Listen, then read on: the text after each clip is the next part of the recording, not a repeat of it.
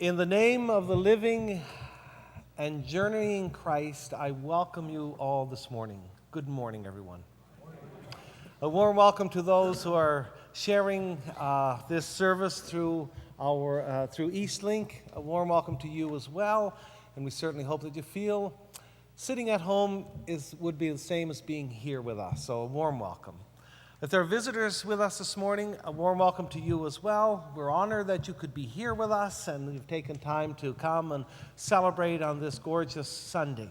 And we certainly, after the service, you're welcome to stay a while and chat a while as well and share some food, which brings me to one point, is after the service. This is going to be a sort of a Sunday school day, but we're all young at heart, I believe. So after service, we're going to be gathering downstairs. The UCW, and I forget what unit, has put on some wonderful, well, they do the coffee and the cookies and that sort of stuff. They always do a wonderful job, as you know. And the CD committee, Christian Development Committee, are putting on some hot dogs and stuff like that, so please stay. And there's going to be old-fashioned races. So if you're really young at heart, there are three-legged races, sack races, that even older people can participate in. Anyway, it should be a lot of fun. So please stay a while and enjoy the time here and share with our youth, with our children.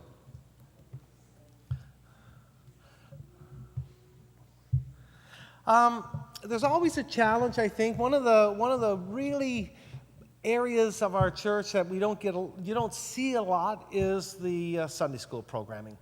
And it's always wonderful to be back with the children and experience their wisdom and their energy and all those sorts of things. We had about 65 children last year in our Sunday school program, and we had a group of teachers that were magnificent. Unfortunately, we have a teacher that's moving away and one who's been teaching for quite a while and felt it's time just to take some time away from that. So we're looking for volunteers to come and help out with the Sunday school for the coming year. So if you know of anyone or if you'd like to do that, we'd really appreciate it. Many hands make light work, as you know, so the more people we have, then we can rotate people in and out and to share in the Sunday school program. It's a magnificent group of people there. They're wonderful to work with. And so please forward a name or let me know and we'll make sure that can happen. So please take that in consideration. The upshot of that, the negative side, if we can't find people, then of course we've got to double up classes and that sort of stuff, which is not the ideal, but we do what we have to do. But I know that we'll have teachers by September. Thank you. Summer, just note in your bulletin that there's a summer office hours, and that's in your bulletin, so that's effective this coming week. Camp Abbey, there's a note in your bulletin as well. Camp Abbey is our United Church camp up in Augustine Cove, and it costs money to put on those camps, but the children that have gone, I know from here and elsewhere, have thoroughly enjoyed it. And if there's any way that you can support this particular fundraiser or that you can help in any way, then that would be appreciated. I think the email of Garth Cousins is in your bulletin, so you can contact him directly. Now, this is probably a surprise to you all, but September 26th, gala dinner. Have you heard of that? Yes? The gala dinner, of course, that's a major fundraiser for us here at Trinity. We're hoping to raise, I think, about $10,000, so it's a huge, big one. You do with $60 per person with a tax receipt provided, and Ellen Lochderon would be more than willing at the office to provide make sure that you get a ticket for that wonderful event. Also, yesterday, we gathered in Cavendish, nice and sunny, just cool enough, not a lot of, very few flies, and Don and Jeanette, Ben and Callista, Val, Bill, and myself went up and we built 9 picnic tables for Habitat for Humanity. Now that's one of those projects that really is dear and near to my heart when we're doing those, simply because it's such a wonderful, good cause that Habitat for Humanity takes those funds and they build homes for people who cannot afford them and offer them at a very reasonable price.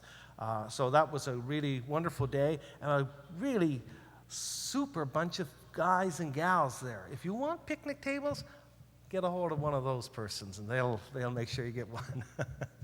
Anyways, it was a good time. Again, let us come then, and as I came in, we were chatting and meeting our neighbors, and the chatter was wonderful. We move into a time of worship. Let us take just a few moments to center ourselves and to feel the presence of God that is always with us, just that we're not always aware. So let us take a moment to center ourselves and feel that presence of the Holy.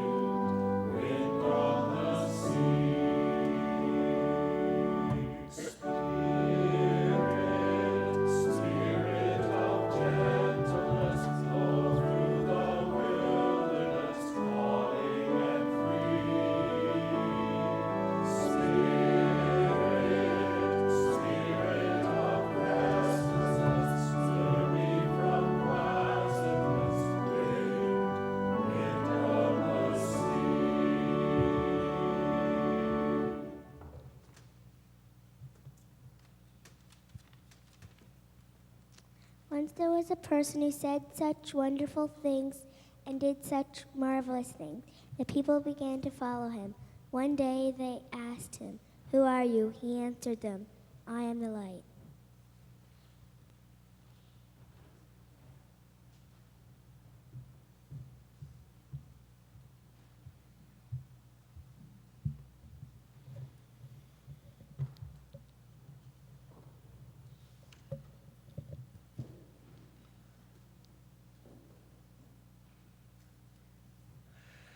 Please join with me in the call to worship.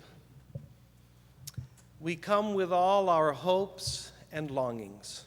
We are gathered here to worship God. We come to find rest for our souls.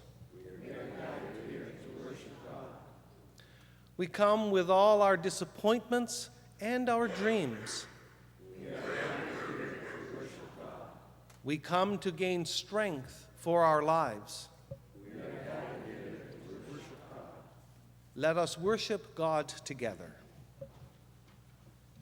Let us join together in singing our first hymn, which is 395, Come in, and sit down.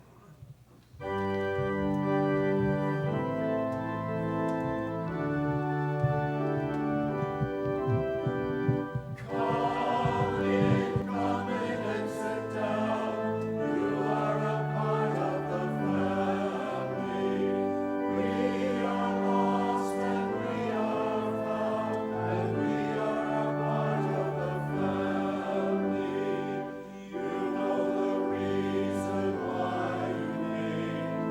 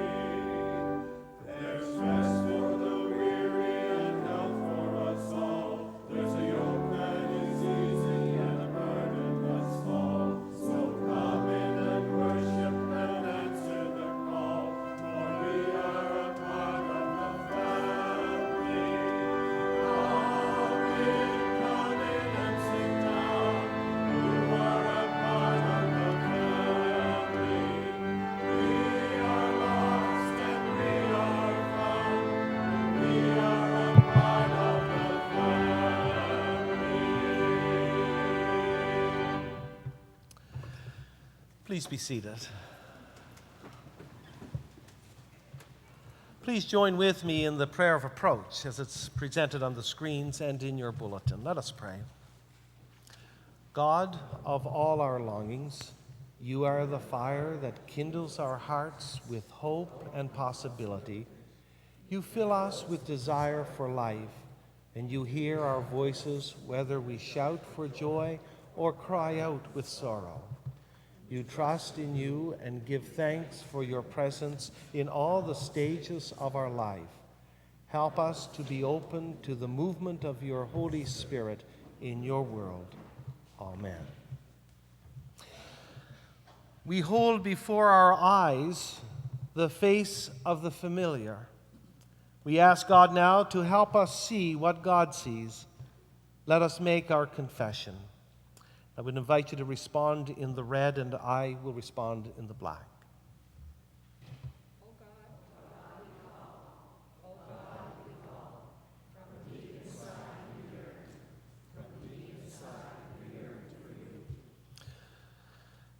Out of the depths we cry to you, O God. You know us better than we know ourselves. You know our hurts and our fears and our discouragements. We are sorry when our actions and non-actions hurt others. Heal us when we give up hope and allow fear and shallow self-interest to dominate our lives. Help us when we lose sight of who we are, and forgive us when we make enemies of those you have given us to love. Out of our depths we cry to you, O God.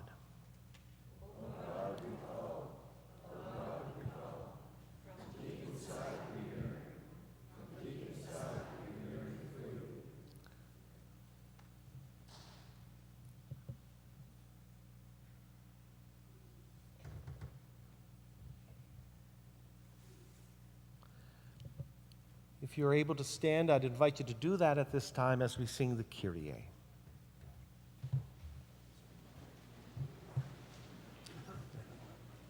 What's up there? Okay. I guess we're not prepared to sing the Kyrie, but I will offer words of assurance. Sorry about that. The quiet whisper of God heals and awakens the heart and frees all for unrestrained living. We are never not forgiven. Believe the deep voice of God and rejoice. Okay. Yeah. And one more. Okay.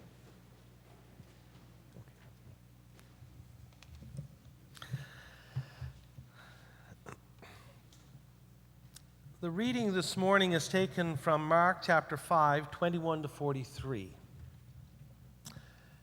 Mark, our storyteller, in reading the words that Mark has given to us, let us hear the voice of God. Let us hear beyond the words to the voice of God and the presence of the Spirit. Hear what Mark has to say to the church. When Jesus had crossed again in the boat to the other side, a great crowd gathered round him, and he was by the sea. Then one of the leaders of the synagogue named Jairus came, and when he saw him, fell at his feet and begged him repeatedly, "My little daughter is at the point of death. Come and lay your hands on her so that she may be made well and live." So he went with him. And a large crowd followed him and pressed in on him. Now there was a woman who had been suffering from hemorrhages for 12 years. She had endured much under many physicians and had spent all that she had, and she was no better, but rather grew worse. She had heard about Jesus and came up behind him in the crowd and touched his cloak, for she said, "If I but touch his clothes, I will be made well again." Immediately her hemorrhage stopped, and she felt in her body that she was healed of her disease. Immediately aware that power had gone forth from him, Jesus turned about in the crowd and said, "Who touched my clothes?" And his disciples said to him, "You see the crowd pressing in on you. How can you say, 'Who touched me?'" He looked all around to see who did it. But the woman, knowing what had happened to her, came in fear and trembling, fell down before him, and told him the whole truth. And he said to her, "Daughter, your faith has made you well. Go in peace and be healed of your disease." While he was still speaking, some people came from the leader's house to say, "Your daughter is dead. Why trouble the teacher any further?" But overhearing what they said, Jesus said to the leader of the synagogue, "Do not fear, only believe." He allowed no one to follow him except Peter, James, and John, the brother of James. When they came to the house of the leader of the synagogue, he saw a commotion, people weeping and wailing loudly. When he had entered, he said to them, "Why do you make a commotion and weep? The child is not dead, but sleeping." And they laughed at him. And then he put them all outside and took the child's father and mother and those who were with him and went in where the child was. And he took her by the hand and he said, "Little girl, get up." And immediately the girl got up and began to walk about. She was 12 years of age. At this, they were overcome with amazement. Jesus strictly ordered them that no one should know this, and told them to give her something to eat. May the words given to us through Mark's writing and the presence of God in this be present to us in our journey and in our life. Amen.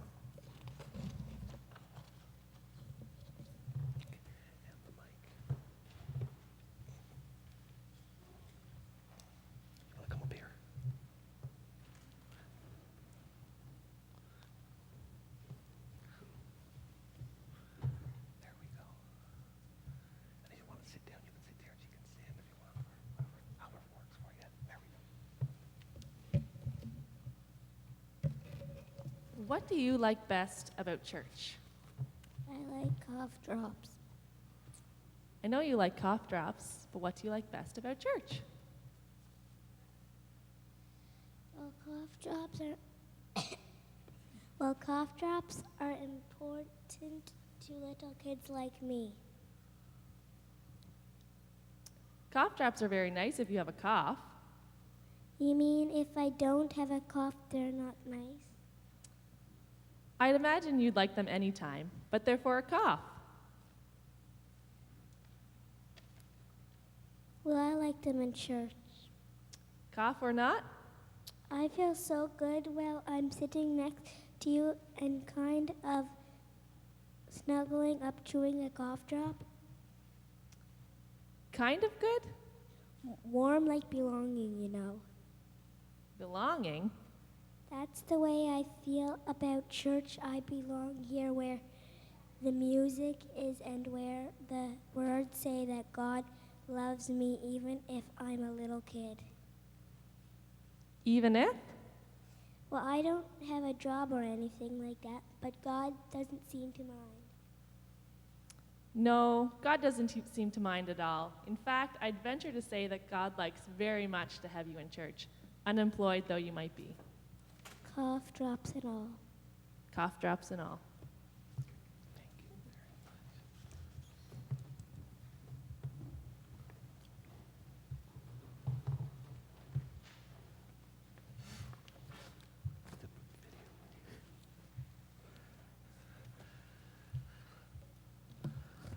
Assistant Ben did a great job in creating, I gave them some video clips and whatnot, and they put all this stuff together, which I'm really grateful. Give some glimpses of the Sunday school and some of the activities that has been done. A little later on, there's the actual voice of people speaking. What do you want the congregation to hear about Sunday school?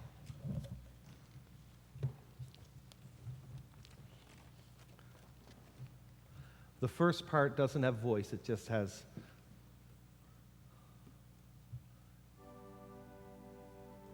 Thank you, Donnie.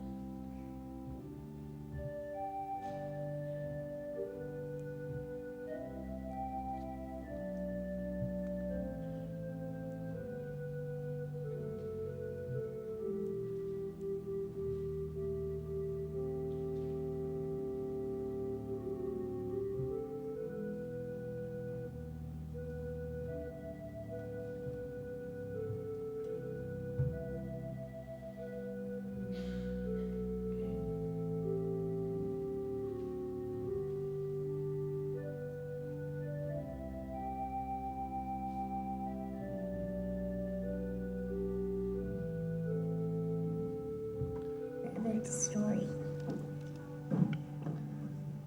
What do you like about Sunday school? I like whenever we tell stories about God. I like when we do crafts. I like about whenever we do art and whenever they tell stories and whenever we do whenever we draw people about the story. I like doing games because it gives me idea to do games at home. I like when we do art and when we color and talk about stuff about God. I like listening to stories. It's so much fun! Okay. It is very, very, very, very fun. I like the cookies. You learn a lot about God. Everything. Balloons. Learning. Say it a little louder. Learning. My favorite thing about Sunday school is their Sunday school teacher. Eating candy is my favorite thing in Sunday school. My favorite thing is cooking. My favorite thing is cooking. Friends is my favorite thing about Sunday school. Gym is my favorite thing about Sunday school.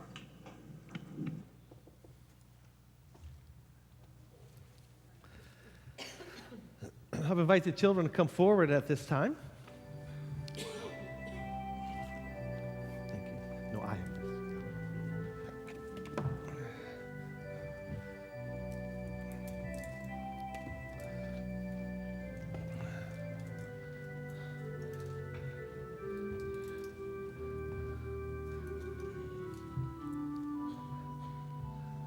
Well, good morning. What did you think of that video?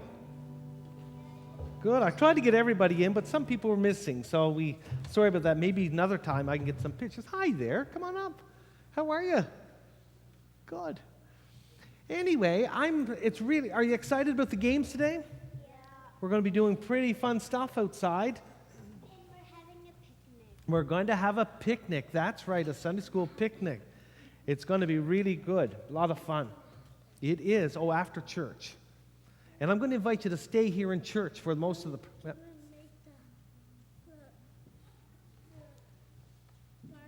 Oh, the barbecue's on. We're going to get that barbecue fired up. So, I was wondering, have you ever gone anywhere and you just didn't feel welcome? That you felt, oh, I don't know if I want to be here. You ever feel that way? You have, yeah. How did that make you feel? Not so good. That's right. Now, I mean, one of the things that from our scripture reading, and when we talk about Jesus and talk about God, is one thing that it seems to keep coming up over and over and over again, that Jesus liked people, enjoyed people, and accepted people, and made people feel very, very comfortable. Yeah. Yes. So that's one. So when we think about how we can welcome people, how do you think we welcome people? How do we welcome? When people come to our home, how do we welcome? Do we turn our backs and walk away? What sort of thing? Do we sort of close the door really quickly and lock it? We don't. Do you hide in your bedroom under your bed? You don't. So, what sort of things do you do to show that you welcome people when they go to your house? Yeah.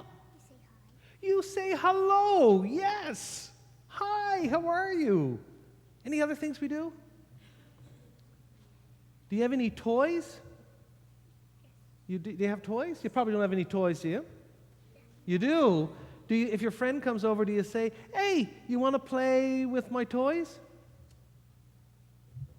Would that be a fun thing to do? Yes. What about if you went to their place and they had a really amazing, I don't know, what's something amazing that they could have? Dolls. Yeah, amazing dolls. Or minion toys. Or what? Minion toys. Okay, those. I like mine. Yes, there you go. And what if you went and they said, would you like to play with these? That's fun ways, isn't it, to be welcoming to people. What about eating when you have something? Do you sort of, when people visit, do you eat your stuff and not offer anything? If they're over for dinner? No, you give stuff to them and you welcome them. And you know, Jesus did that. And I think that every one of us here in this church, we're trying to do that very, very hard. Trying to make people feel welcome. The little people like you, the people from outside, strangers, and people within our church as well. And you know, I think that's pretty cool because that's exactly what Jesus tried to do, to have people feel very welcome and very warm and cuddled. So let's have a prayer. And we're not going to go to Sunday school today, but I know that do you find it hard to stay still in church? Yeah. I do too. If I'm in the pew, sometimes I want to wiggle around. Do you do that? Yeah. Now, that's why, like being a minister, I can get up here and I can walk around and people don't even know that I'm doing that. So I can wiggle around up here because I got to do stuff. But you know what? If you want, and we'd really love for you to stay and worship with us because we think you gals and guys are cool. If you really feel that you want to wiggle around, back in the back there in a little area, there's a rocking chair and there's a few toys back there. You can go back there and hang out if you want to do that. Because we'd like for you to be here because you're special. Okay? Let's have a prayer. And let's just stand up and we'll say the Lord's Prayer together, okay? And we'll invite all the big boys and girls to share in that as well, that wonderful prayer. Okay? Our Father, who art in heaven, hallowed be thy name. Thy kingdom come, thy will be done on earth as it is in heaven. Give us this day our daily bread, and forgive us our trespasses, as we forgive those who trespass against us. And lead us not into temptation, but deliver us from evil. For thine is the kingdom, the power, and the glory, forever and ever. Amen. Give me a high five.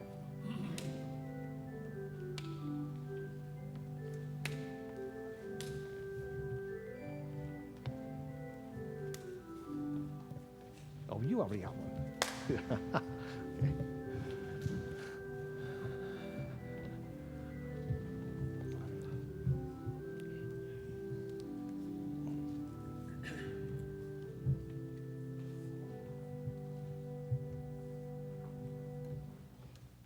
Good morning.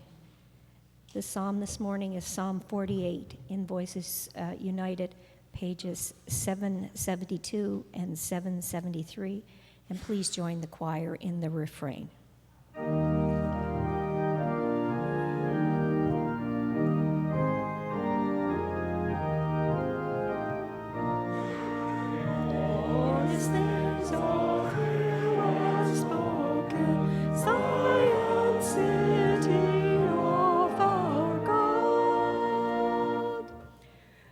Great is God, and greatly to be praised in the city of our God.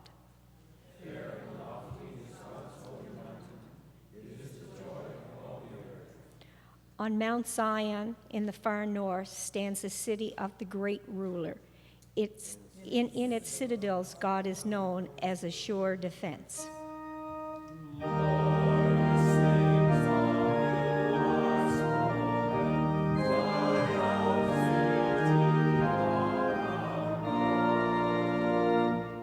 See how the rulers assemble. They rage together against it. When they saw it, they were astonished. They dismayed and ready to flee. Trembling came upon them, and anguish comes to a woman in childbirth.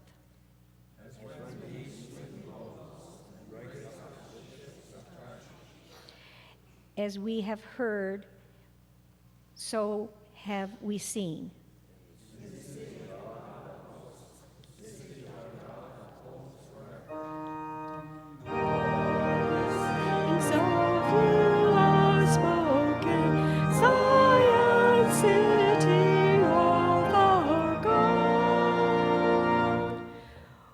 remember your steadfast love, O God, as we gather in your temple. Your name, like you praise, reaches to the ends of the earth. Your right hand is filled with victory.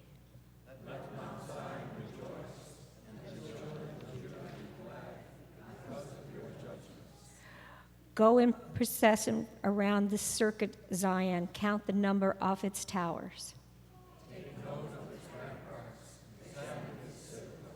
So that you may tell the next generation. God, our God forever. This is the God of Almighty, of our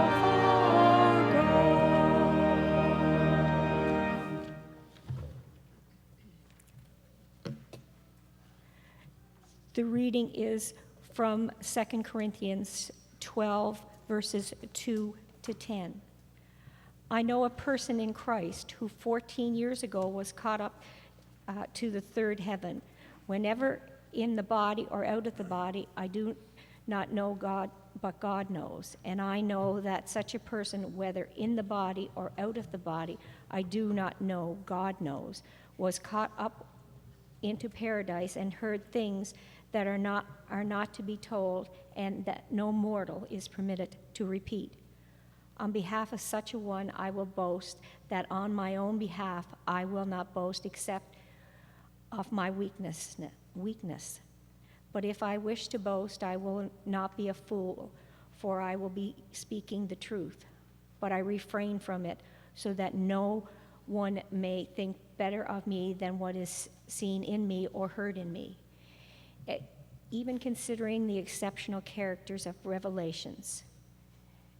Therefore, to keep me from being too elated, a thorn was given me in the flesh, a message from Satan to torment me, to keep me from being too elated. 3 times I appealed to the Lord about this, and that it would leave me. But he said, my grace is sufficient for you. The power is made perfect in weakness. So I will boast all the more gladly of weakness, so that the power of Christ may dwell in me. Therefore, I am content with the weakness, insults, hardships, persecutions, and calamities for the sake of Christ. For whether I am weak, then I am strong. May God add his blessing to these readings. Amen.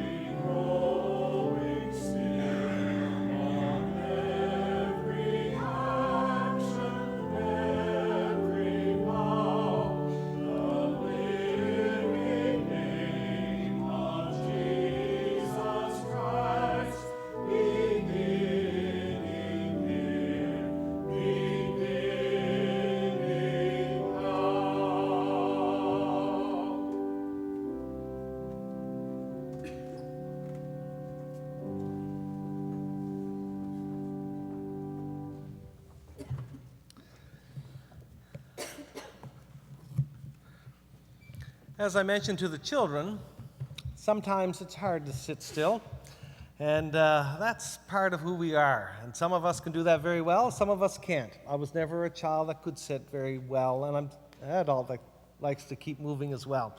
So, saying that, if your children would like to move around in the sanctuary, don't stop them. They can feel free to do that. There's a space right back in the church in the back there. There's some nice comfy seats. There's some toys back there. If they want to go back and do that, that's fine. Not a problem. Doesn't bother me the least. So feel free to roam or go back and find a place and squirm if you want. But don't be stressed about it. This is a place that's welcoming and open to both adult and child and all people. Let us take a moment of prayer. O Lord, may the words of my mouth and the meditation of all our hearts together be acceptable in your sight, O Lord, our strength and our hope and our salvation. Amen. You're going to notice that the title of my sermon, Avoidance at All Cost, it's really not the title of my sermon. We've got to have sermon titles in on Wednesday. Sometimes Tuesday they need to be in to be distributed and whatnot. And, you know, my mind is kind of slow, but it works up a sermon during the week. That's the way I work things. So until about Thursday or Friday, I'm not totally, usually Friday is written. So, and even when I'm writing it, it changes. So if you're really a stickler for details and is really going to stress you out saying the title doesn't match what he's saying, you can let that go and relax because it's not, it won't work for you, okay?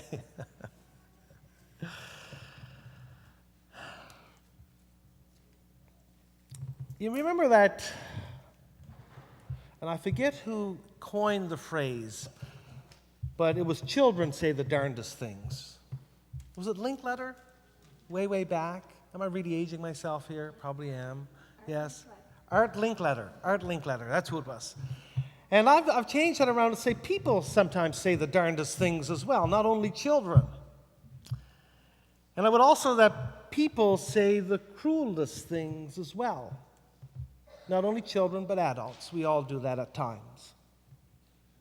Now, that used to bother me quite a lot, especially when I'd be sitting in a church committee, and there'd be some heated debate going on, and things got really not the nicest, and people said things which I know a lot of people apologized for afterwards, but they were extremely hurtful in how they engaged people. And then I realized that the confrontation was more about the person who was putting it out there than the person who was receiving it. A lot of times in discussion with a person who was really irate or angry, to talk with them a little bit, you realize that, my gosh, something happened during that day, and this one person was the last straw to break the camel's back, and it all came out. It wasn't about the person receiving, it was about the person that was putting it out there. When I would meet with people who had received and who were hurt by that, it became obvious that it wasn't their challenge. It was the challenge of the other person. And it was enabling people to get beyond that and say, you know what was said, it was hurtful, but you know what? That came from somewhere else, and it's not about you.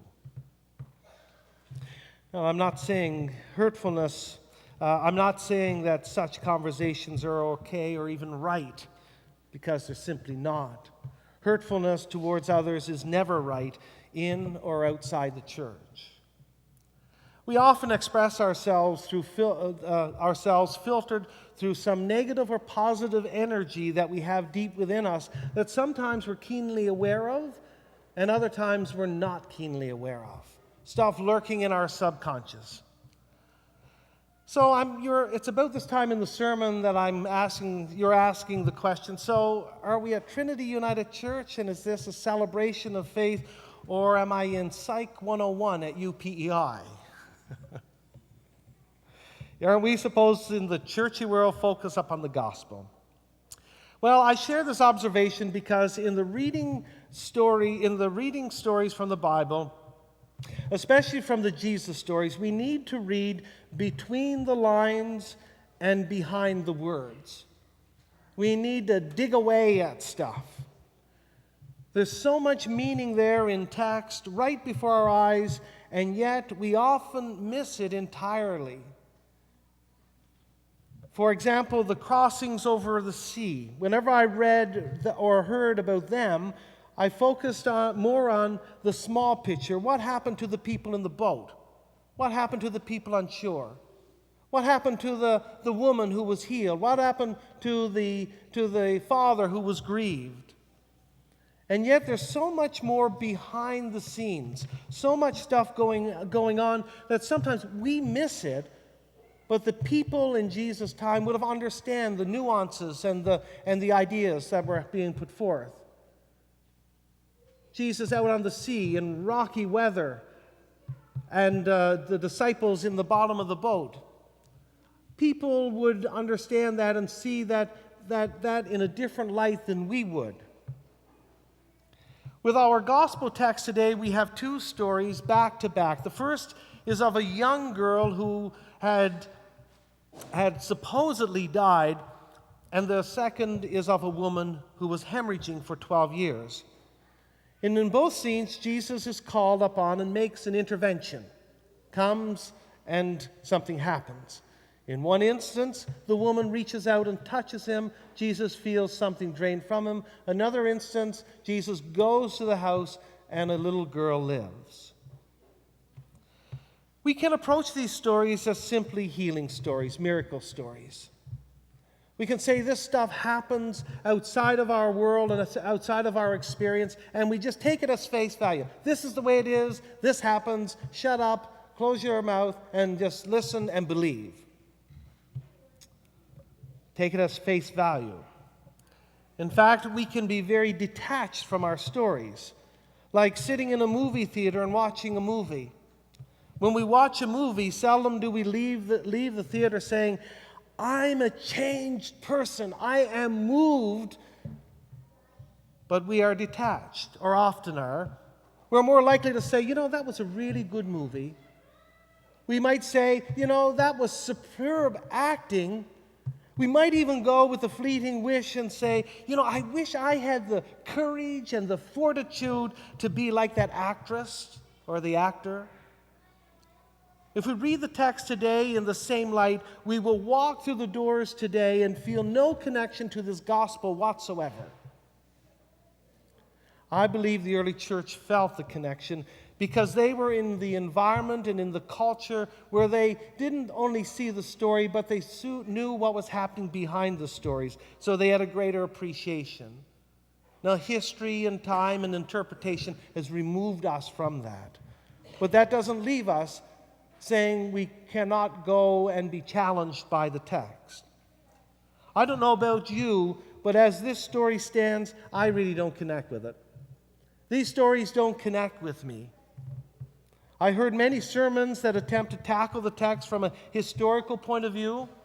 I've heard many sermons that takes the approach that, like I said before, it's a literal interpretation, suggesting we need to take this text at face value as simply a healing story, a miracle story. But none of those have really resonated with me.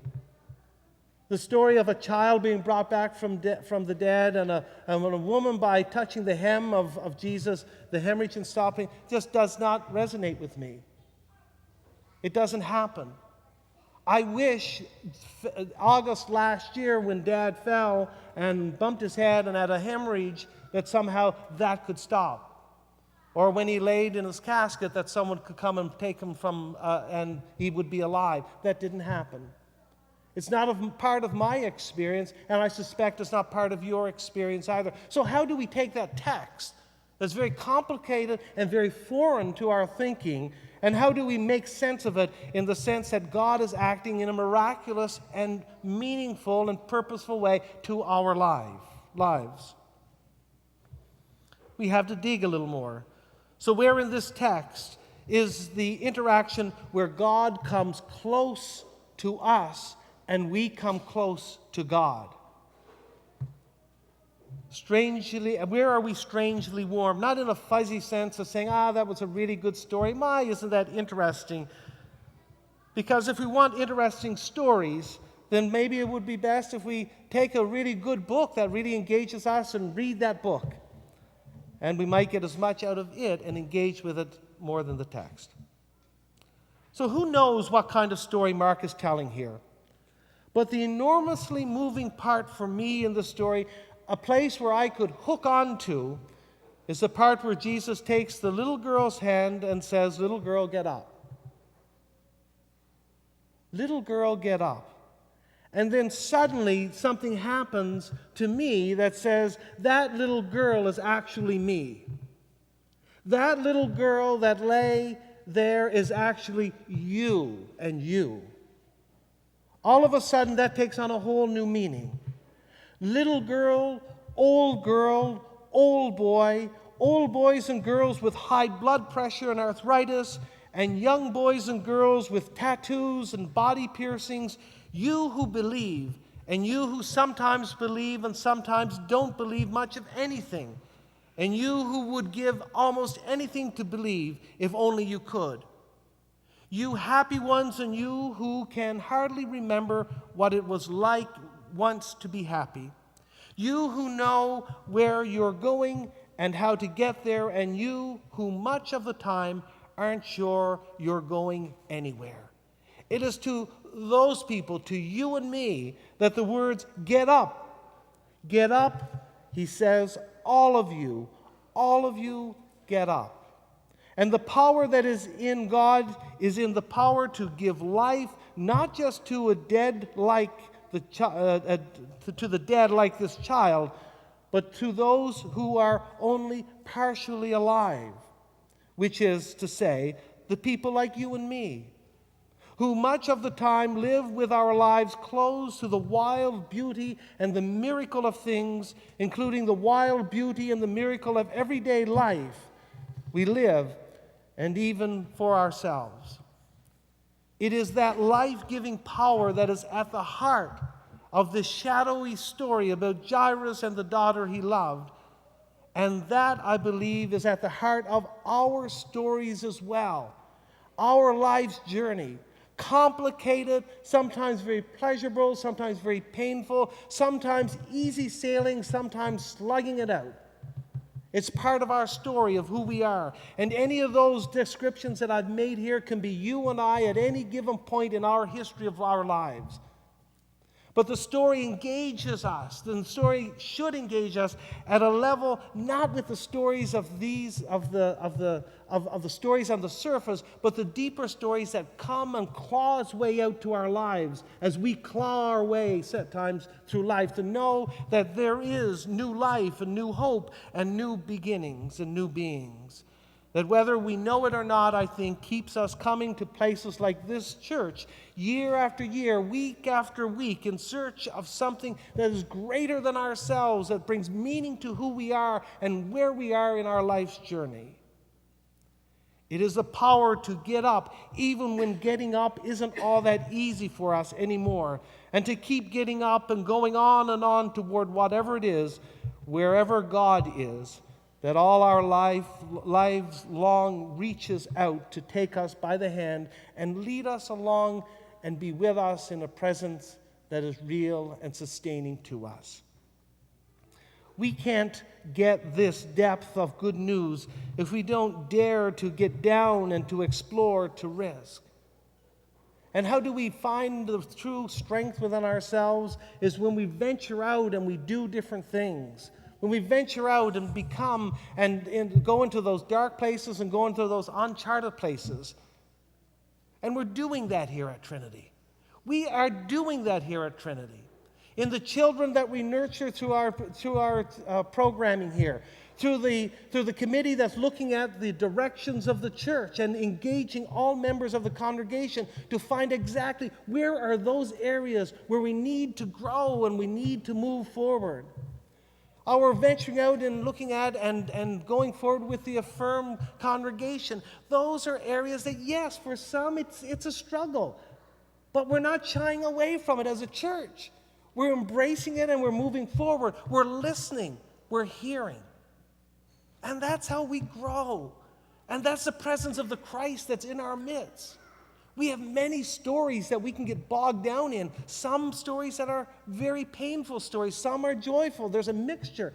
But collectively we come together as a people of God to be the people of God, to live the people of God as faith-filled, risking God people. And that's what life is about. That's what people of faith is about. That's what this building that we maintain with beautiful roofs that are very expensive is about. Because it speaks volumes. Speaks volumes when our actions reflect care and love.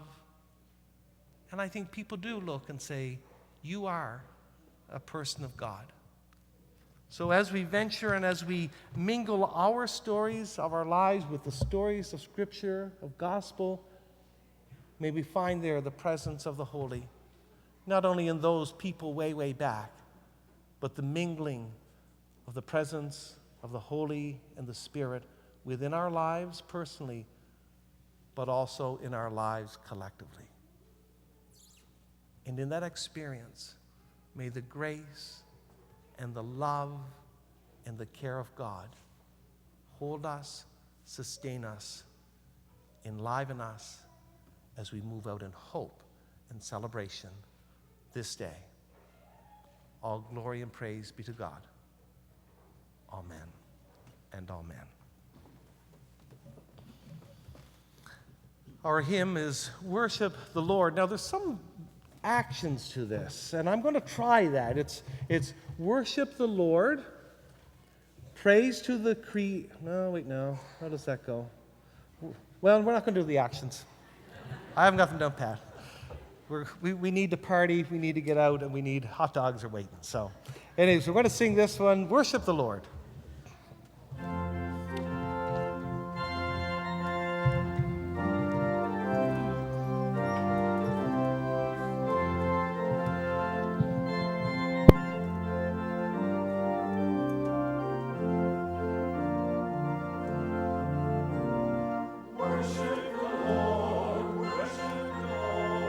Worship the Father, the Spirit, the Son, raising our hands.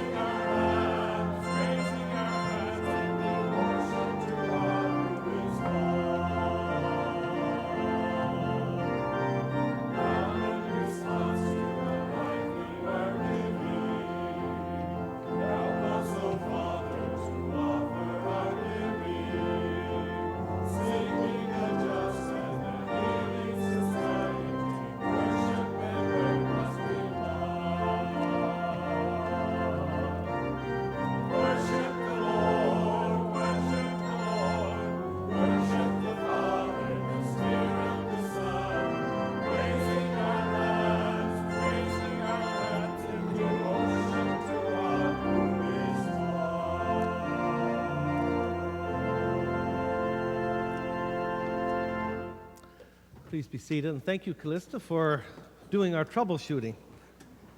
Thank you so much.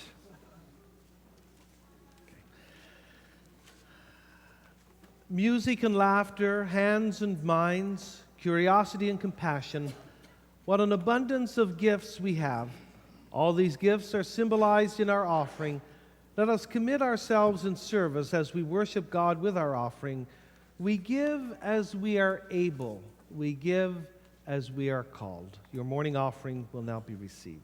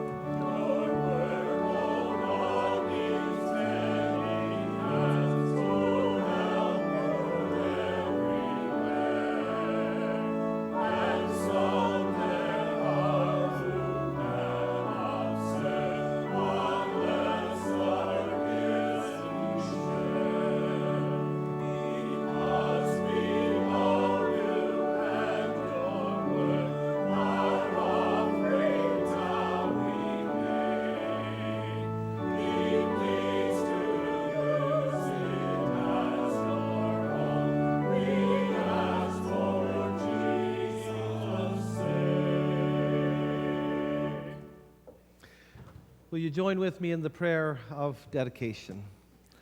God of grace, we are your people, called to share your unconditional love to all people. Use our gifts and give us joy in your service. Amen. Thank you. Let us take a moment in prayer.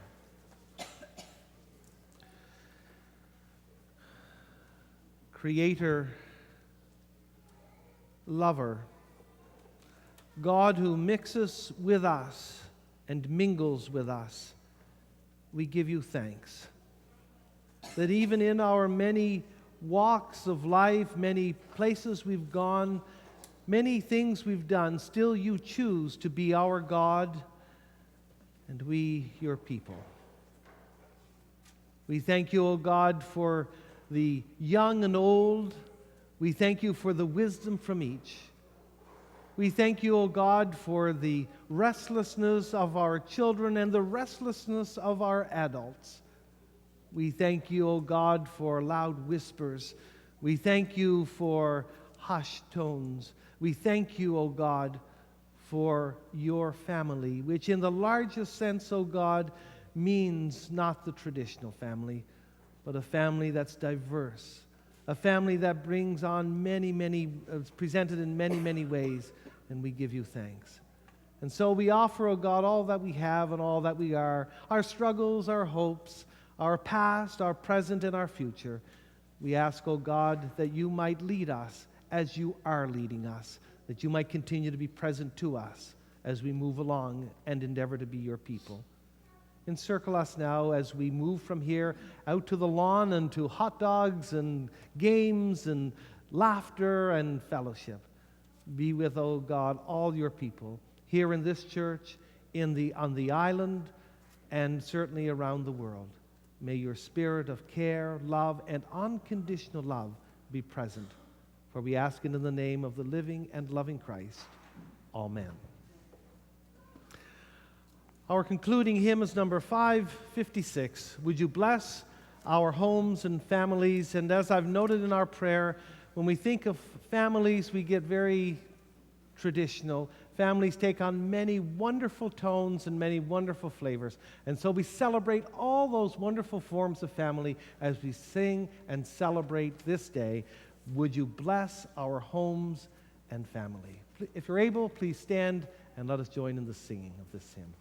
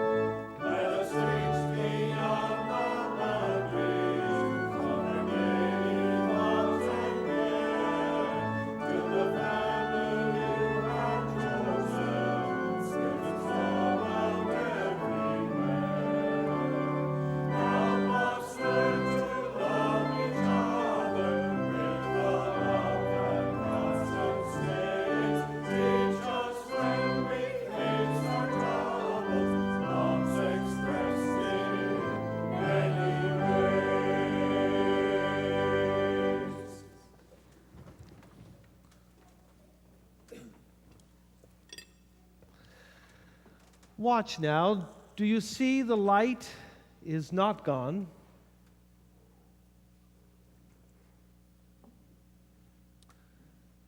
It is spreading out, getting thinner and thinner, filling this whole space, this whole room, this whole church. The light will be with us wherever we go. Go into the world, dance, sing, and create. Go into the world, risk, explore, discover, and most of all, love. We go with the assurance of your grace, O God. Go into the world, believe, hope, struggle, and remember. We go with the assurance of your love, O God. Thanks be to God.